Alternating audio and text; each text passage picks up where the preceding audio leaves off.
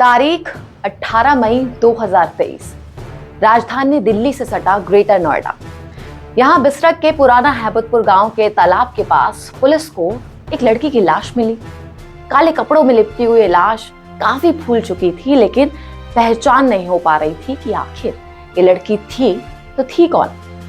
तब पुलिस की नजर उसके हाथ पर बने एक टैटू पर पड़ी। टैटू में नाम लिखा था साइबा।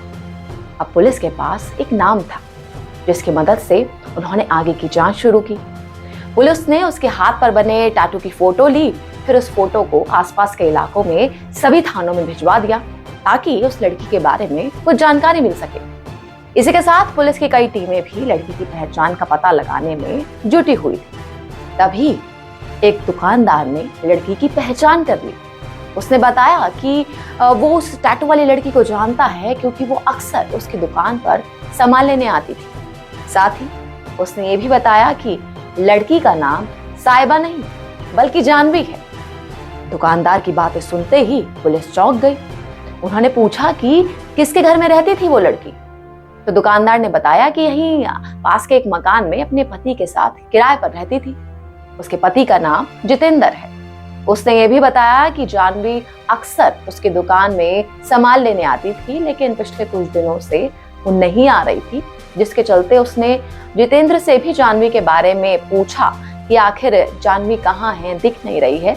लेकिन तब जितेंद्र ने उसे बताया कि जानवी तो 16 मई की सुबह ही अपने मायके चली गई है, इसलिए उसने भी आगे उससे कुछ नहीं पूछा।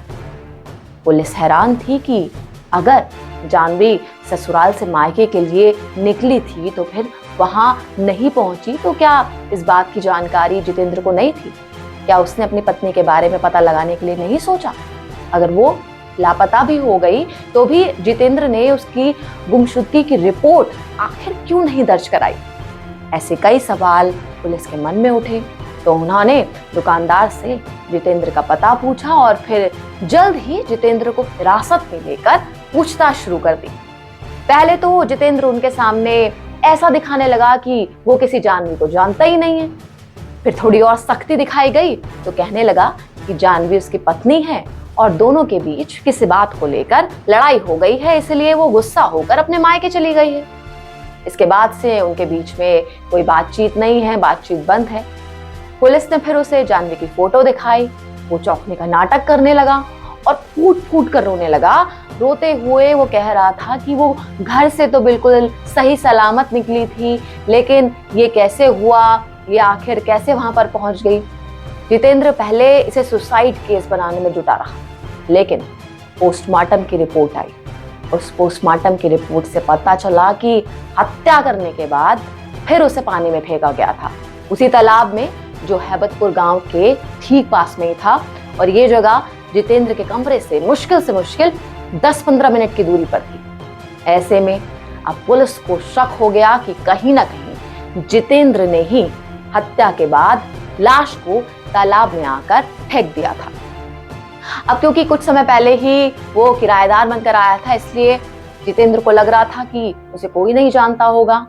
लेकिन घर का सामान लेने के लिए जिस दुकानदार के पास जानवी जाती थी, उसी ने टैटू की वजह से उसे पहचान लिया था। अब पुलिस ने जब उसे सख्ती से पूछताछ की, तब जितेंद्र ने जानवी के कत्ल का राज खोल दिया। उसने बताया कि जानवी का असली नाम साइबा खान था।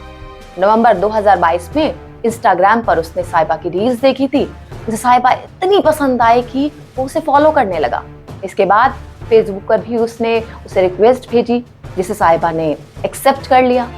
इसके बाद दोनों के बीच चैटिंग का सिलसिला शुरू हुआ। फिर जल्द ही दोनों ने फोन नंबर भी एक दूसरे से एक्सचेंज कर लिए। दोनों गाजियाबाद में ही रहते थे, इसलिए वो दोनों मिलने जुलने भी लगे। मुलाकातों का ये सिलसिला कुछ दिन तक तो यूं ही चला और फिर इसके बाद दोनों में प्यार हो गया। फिर दोनों ने शादी कर ली और एक साथ रहने का फैसला कर लिया। लेकिन दोनों के घर वाले उनकी शादी को तैयार नहीं हुए। वो इसलिए क्योंकि दरअसल दोनों का जो धर्म था वो अलग अलग था। साइबा मुस्लिम थी और जितेंद्र हिंदू। लेकिन उस समय तो ऐसा जुनून था कि घर से अलग होकर वो सबको दिखाने के लिए उन्होंने क्या किया, जनवरी 2023 में मंदिर में जाकर शादी कर ली और फिर एक साथ रहने लगे। हालांकि दोनों के बीच में जो उम्र का फर्क था वो काफी था। साहिबा जितेंद्र से 13 साल बड़ी थी। जितेंद्र की उम्र करीब 22 साल थी, जबकि साहिबा की उम्र 35 साल थी। लेकिन इंस्टाग्राम पर उसके रील्स और फोटो देखकर वो समझ नहीं पाया और उसे साहिबा से प्यार हो गया। ऐसे में जब दोनों गाजियाबाद के सुदामापुरी इलाके में लिव इन में रहने लगे, तब कुछ दिनों तक तो सब कुछ ठीक चला, सब कुछ सही चल रहा था। लेकिन बाद में दोनों में अनबन होने लगी। कुछ टाइम के बाद साहिबा कहने लगी कि वो परिवार के सामने शादी करना चाहती है, एक शादीशुदा जिंदगी पूरे परिवार के साथ गुजारना चाहती है। लेकिन जितेंद्र के परिवार वाले दूसरे धर्म में शादी करने से पूरी तरह से खिलाफ थे। वो नहीं चाहते थे कि वो एक मुस्लिम लड़की से शादी करे।